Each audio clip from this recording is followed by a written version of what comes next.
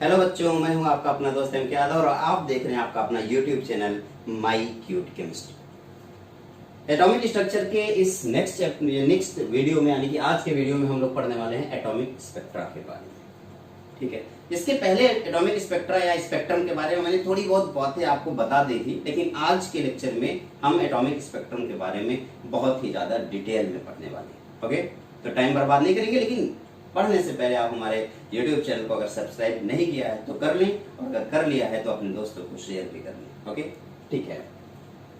जैसे अगर मैं आपको विजुअल स्पेक्ट्रम के बारे में बताऊं, ये आपके पास विजुअल स्पेक्ट्रम शुरुआत होती है रेड से और खत्म हो जाता है वायलेट पे। Red, orange, yellow, green, blue, indigo and violet, ये आपका पूरा का पूरा रेनबो है, जैसा कि आपको दिखाई दे रहा है। शायद आपने कभी रेनबो देखा हो। आसमान में जब बारिश होती है तो रेनबो आपको दिखाई देता है, बहुत ही ब्यूटीफुल, बहुत ही खूबसूरत लगता है। ये वही रेनबो है, ऐसे ही कुछ दिखाई देता है। आज के लेक्चर में हमें इसी के बारे में बात करनी है और ये देखना है कि आखिर ये बनता कैसे है। ओके, इसको स्पेक्ट्रम का नाम दिया गया। जब भी कभी किसी व्हाइट लाइट को यानी कि सनलाइट को अगर आप किसी प्रिज्म से पास करते हैं तो प्रिज्म से पास करने के बाद ये 7 कलर में डिवाइड हो जाता है। इसका जो व्हाइट कलर था वो 7 कलर में डिवाइड हो जाता है, जिसको विबग्योर के नाम से बुलाया गया। ये 7 कलर कौन कौन सा है? Red, orange, yellow, green, blue, indigo and violet. ये आपके 7 कलर्स हैं, जिसे विबग्योर के नाम से आप जानते हैं। इस 7 कलर में कुछ ऐसे जिसकी एनर्जी सबसे ज्यादा है उसका आप देखें। आप अगर मैं एनर्जी के बारे में बात करूं तो जिसकी एनर्जी सबसे ज्यादा है उसका डेविएशन सबसे ज्यादा है, जिसकी एनर्जी सबसे कम है उसका डेविएशन सबसे कम है। रेड लाइट के डेविएशन बहुत कम है और आपको पता है वेवलेंथ अगर मैं देखने की कोशिश करूं तो जैसे जैसे आप वेवलेंथ बढ़ाते जाते हैं आप देखते हैं कि एनर्जी कम होती जाती है। क्यों? क्योंकि शायद आप लोगों ने इसके पहले मैंने आपको बताया था E this equals to hc by lambda, या आप कह सकते हैं E is inversely proportional to lambda. जितनी ज्यादा लैम्डा होगी उसकी एनर्जी उतनी कम होती जाएगी। अगर मैं रेड की लाइट के बारे में बात करूं तो रेड लाइट का जो 650 टू 750 के बीच में यह रेड एरिया दिख रहा है आपको, ये पूरा रेड एरिया आपको दिख रहा है।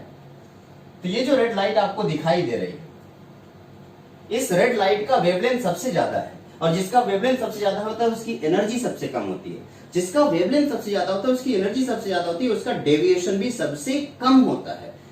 अगर डेविएशन कम होने की वजह से ही, शायद डेविएशन कम होने की वजह से ही जब आसमान में आप देखते हैं या बहुत ऊंची बिल्डिंगें होती है तो उस बड़ी बड़ी ऊंची ऊंची बिल्डिंगों में ऊपर रेड कलर की लाइट लगी होती है सिग्नल के तौर पे। यानी जितनी भी सिग्नल लाइटें होती हैं वो ज्यादातर अगर हाइट पे लगाई जाती है, काफी दूर लगाई जाती है तो रेड कलर की होती है। क्यों? क्योंकि रेड लाइट दूर से दिख जाती है। क्यों दूर से दिख जाती है? क्योंकि उसका वेवलेंथ ज्यादा होता है, एनर्जी कम होती है और इसी वजह से उसका डेविएशन भी कम होता है। ठीक है, डेविएशन कम होने की वजह से वो जल्दी फैल नहीं जाता और इसलिए आपको दूर तक दिखाई देता है। जैसे कि यहाँ पे आप देखें जो रेड लाइट है उसका डेविएशन, अगर मैं इस रेड लाइट के बारे में बात करूं तो रेड लाइट का डेविएशन सबसे कम है, तो वहीं पे इंडिगो लाइट का डेविएशन सबसे ज्यादा है। तो इस वजह से रेड लाइट का यूज सिग्नल के तौर पे किया जाता है। ठीक है, ये आपका विजुअल स्पेक्ट्रम है।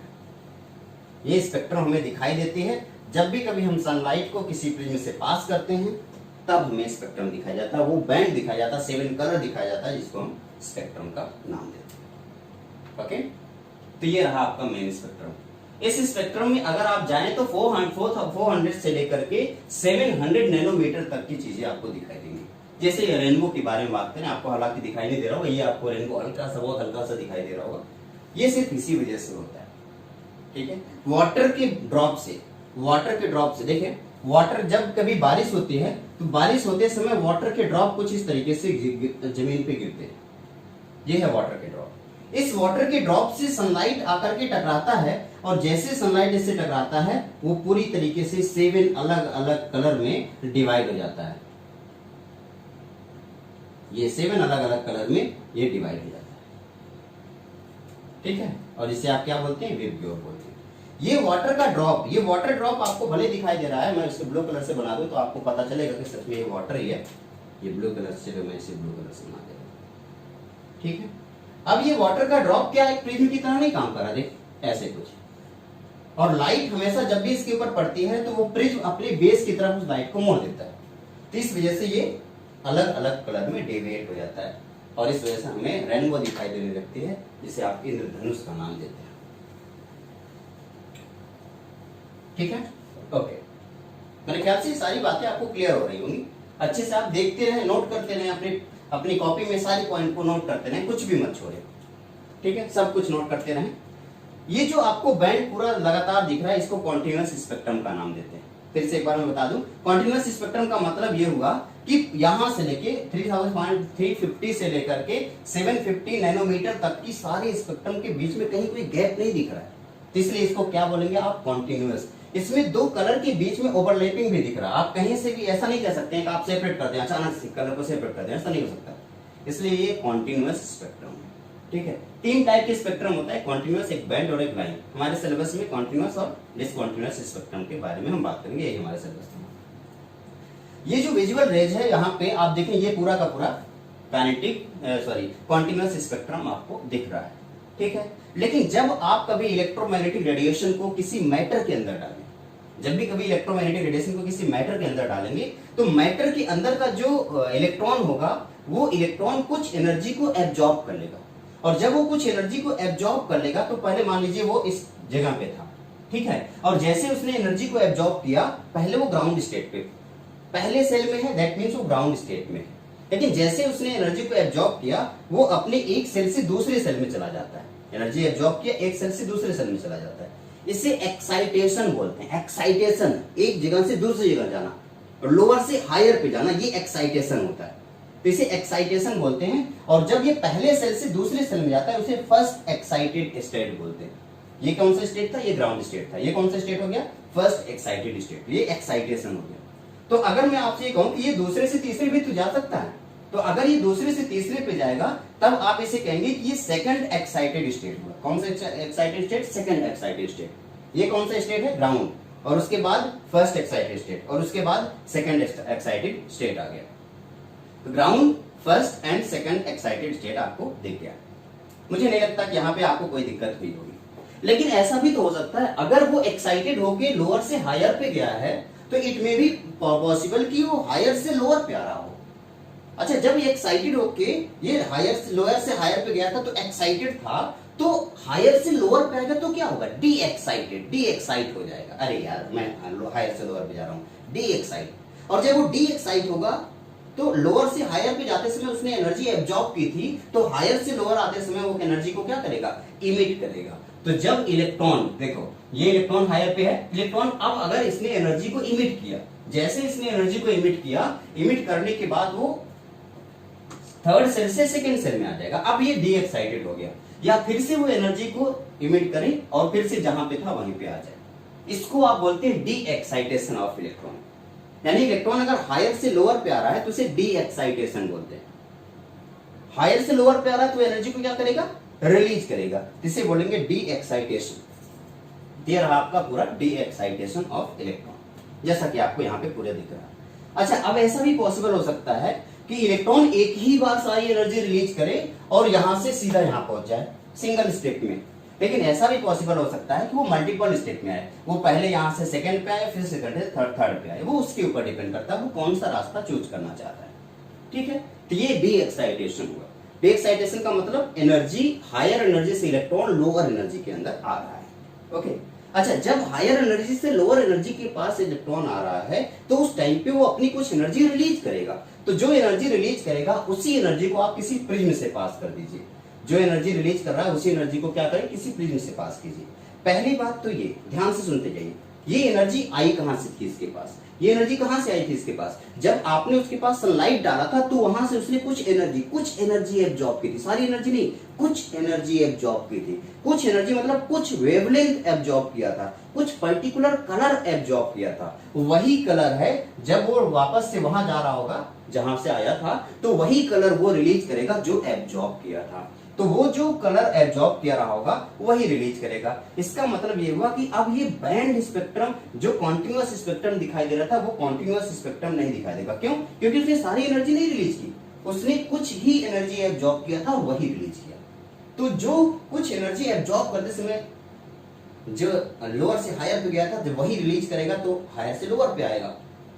तो जो एनर्जी रिलीज किया है उससे जो स्पेक्ट्रम बनता है उसको एमिशन स्पेक्ट्रम बोलते हैं। क्यों? क्योंकि एनर्जी इमिट हुई है, तो इस स्पेक्ट्रम को एमिशन स्पेक्ट्रम, और इसी एमिशन स्पेक्ट्रम को डिसकंटीन्यूअस स्पेक्ट्रम का नाम दिया गया। देखिए ये क्या है, ये पूरा का पूरा कॉन्टिन्यूअस स्पेक्ट्रम है, लेकिन अगर इसके बारे में बात करें तो एमिशन स्पेक्ट्रम है, और एमिशन स्पेक्ट्रम क्या होता है, डिसकंटीन्यूअस स्पेक्ट्रम। ये एमिशन स्पेक्ट्रम कहां से आया?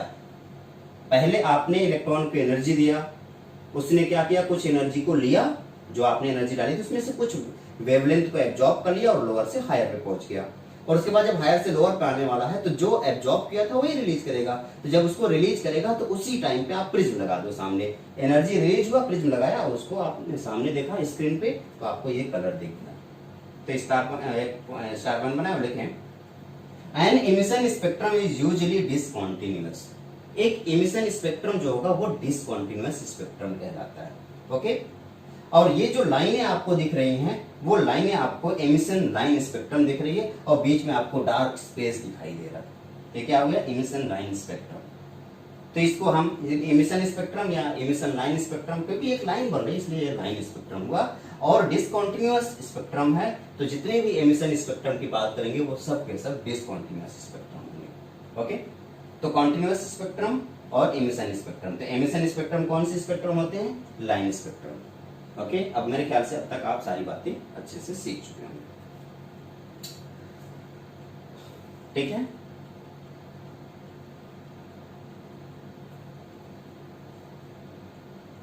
तो ये जितनी भी लाइनें हैं उन सबका अपना एक स्पेसिफिक वेवलेंथ होगा, यानी कि आप कह रहे हैं कि जब इलेक्ट्रॉन एब्जॉर्ब कर रहा था तो एक स्पेशल टाइप के, एक स्पेसिफिक टाइप के वेवलेंथ को ही एब्जॉर्ब किया था। तो ये जो आपको इमिशन स्पेक्ट्रम दिख रहा है, जरा देखें आप, इस इमिशन स्पेक्ट्रम में आप एक चीज देख रहे हैं, ये एब्जॉर्प्शन स्पेक्ट्रम है, ये इमिशन स्पेक्ट्रम है। एब्जॉर्प्शन स्पेक्ट्रम में वो कुछ एनर्जी को एब्जॉर्ब कर लेता है। ये अगर यहाँ की एनर्जी एब्जॉर्ब हो गई है तो ये दिखाई नहीं देगी, ये दिखाई नहीं देगी, एब्जॉर्ब हो चुकी है, कहाँ दिखाई देगी, नहीं दिखाई देगी। तो ये तो एब्जॉर्ब हो गई, ये एब्जॉर्ब हो गई, ये एब्जॉर्ब हो गई, ये सब एब्जॉर्ब हो गया, तो ये सब एब्जॉर्प्शन स्पेक्ट्रम हुआ। इमिशन स्पेक्ट्रम में जो एब्जॉर्ब हुआ है वही इमिट होगा, तो ये एब्जॉर्ब हुआ, ये इमिट हो गया, ये एब्जॉर्ब हुआ, ये इमिट हो गया, तो जो एब्जॉर्ब हुआ वही इमिट हुआ, तो ये हो गया आपका इमिशन स्पेक्ट्रम। इमिशन स्पेक्ट्रम ये रहा, एब्जॉर्प्शन स्पेक्ट्रम ये रहा। ओके, जरा ध्यान से देखें, ठीक। अब आप ये सोच रहे होंगे कि एब्जॉर्प्शन स्पेक्ट्रम को बनाते कैसे हैं, आइए बनाना सिखाता हूं मैं आपको। यहाँ पे एक सैंपल रख दीजिए, सैंपल का मतलब कुछ ऐसा मटेरियल जो कुछ एनर्जी को एब्जॉर्ब कर ले, सबके नहीं, कुछ एनर्जी को एब्जॉर्ब कर ले। तो आप क्या करेंगे, सोर्स है, यहाँ पे सनलाइट है या फिर जो भी सोर्स है जिससे एनर्जी निकल रही है, तो यहाँ पे कुछ ऐसा मटेरियल आपने रखा जो कुछ एनर्जी को एब्जॉर्ब कर लिया। तो जितने को एब्जॉर्ब कर लिया, क्या वो स्क्रीन पे दिखेगा, नहीं दिखेगा। तो एक बार चेक करते क्या दिख रहा है, देखिए, ये देखिए, ये नहीं दिख रहा है। क्यों? क्योंकि इनको, इस बीच वाली लाइन को देखिए, यहाँ पे इसने एब्जॉर्ब कर लिया है। ये फोटोग्राफिक प्लेट जो आपको दिख रहा है, इस पे सब कुछ तो दिख रहा है, लेकिन कुछ बीच बीच में कलर नहीं दिख रहे हैं। क्यों नहीं दिख रहे हैं? क्योंकि ये जो सैंपल है, इस सैंपल का कमाल है, इस सैंपल ने उस एनर्जी को, उस वेवलेंथ को एब्जॉर्ब कर लिया, और उसके एब्जॉर्ब करने की वजह से वो यहाँ से गायब हो गए, नहीं दिखाई दे रहे। तो अभी आपने इमिशन स्पेक्ट्रम देखा, और अब आपने एब्जॉर्प्शन स्पेक्ट्रम भी अच्छे से सीख लिया। ये आपका एब्जॉर्प्शन स्पेक्ट्रम, ध्यान से देख लो, चीजों को नोट कर लो कि एब्जॉर्प्शन स्पेक्ट्रम किसकी वजह से, ठीक है। तो ये रहा आपका एब्जॉर्प्शन स्पेक्ट्रम, और अभी थोड़ी देर पहले मैंने आपको इमिशन स्पेक्ट्रम बता दिया। तो ये एब्जॉर्प्शन स्पेक्ट्रम में जो एनर्जी एब्जॉर्ब हो गई वहां पे डार्क स्पेस आ जाएगा, और इमिशन स्पेक्ट्रम में वो अगर जो एनर्जी इमिट की गई है वहां पे उसके अलावा बाकी सब डार्क स्पेस रहेगा, ठीक है। तो ये एब्जॉर्प्शन और ये इमिशन स्पेक्ट्रम, जैसा कि आपको सारी चीजें दिख गई अच्छे से। मुझे नहीं लगता कि इसमें आपको कोई ऐसी चीज होगी जो आपको समझ में नहीं आया होगा। हाँ, तो मैं आपको ये भी बता दूं कि हमारे पास जब भी कभी हम एमिशन और एब्जॉर्प्शन स्पेक्ट्रम के बारे में बात करते हैं तो ये एक अलग टाइप का एक साइंस ही होता है जिसको हम स्पेक्ट्रोस्कोपी का नाम देते हैं। स्पेक्ट्रोस्कोपी में हम चीजों को पढ़ेंगे जिसमें एब्जॉर्प्शन होगा और साथ ही साथ इमिशन होगा। इमिशन एंड एब्जॉर्प्शन ये हम स्पेक्ट्रोस्कोपी में पढ़ेंगे, ठीक है। हालांकि अभी मैं आपको ये नहीं पढ़ा रहा हूँ, क्योंकि हर एक मैटर, जितने भी आप मैटर देखें, जितने भी एलिमेंट अगर आप देखेंगे, हर एक एलिमेंट का अपना खुद का एक स्पेक्ट्रम होता है। जैसे कि हम में से जितने लोग हैं, हर किसी का एक फिंगरप्रिंट होता है, और उसी तरीके से जितने भी अलग अलग, देखें आप, ये फिंगरप्रिंट आपने देखा कि इंसान, दुनिया में जितने भी इंसान हैं उन सबका फिंगरप्रिंट अलग अलग होता है। सबका अगर फिंगरप्रिंट अलग अलग हो रहा है तो इसका मतलब ये हुआ कि उसी तरीके से जैसे फिंगरप्रिंट होता है सेम उसी तरीके से यहाँ पर स्पेक्ट्रम लाइनें बनी होती है। हर एक मेटल के लिए अलग अलग स्पेक्ट्रम होता है। आप किसी दो मेटल को नहीं एक स्पेक्ट्रम से नहीं बता सकते हैं। आप कोई सामान खरीदने जाएंगे तो आप देखेंगे उसके पीछे एक मशीन से पैच करके उसके बाद वो आपको देगा, तो वो जो पैच लगा हुआ वो स्पेक्ट्रम है, ठीक है।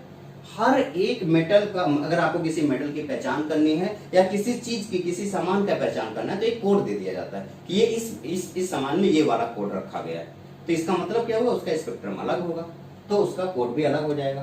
तो इसका स्पेक्ट्रम का यूज हम मेटल डिटेक्शन करने के लिए करते हैं। जैसे सोडियम का स्पेक्ट्रम ये आपको दिख रहा है, ये आपका मरकरी का स्पेक्ट्रम है, ये आपका लिथियम का स्पेक्ट्रम है। ये सारे स्पेक्ट्रम कौन से स्पेक्ट्रम है, इमिशन स्पेक्ट्रम।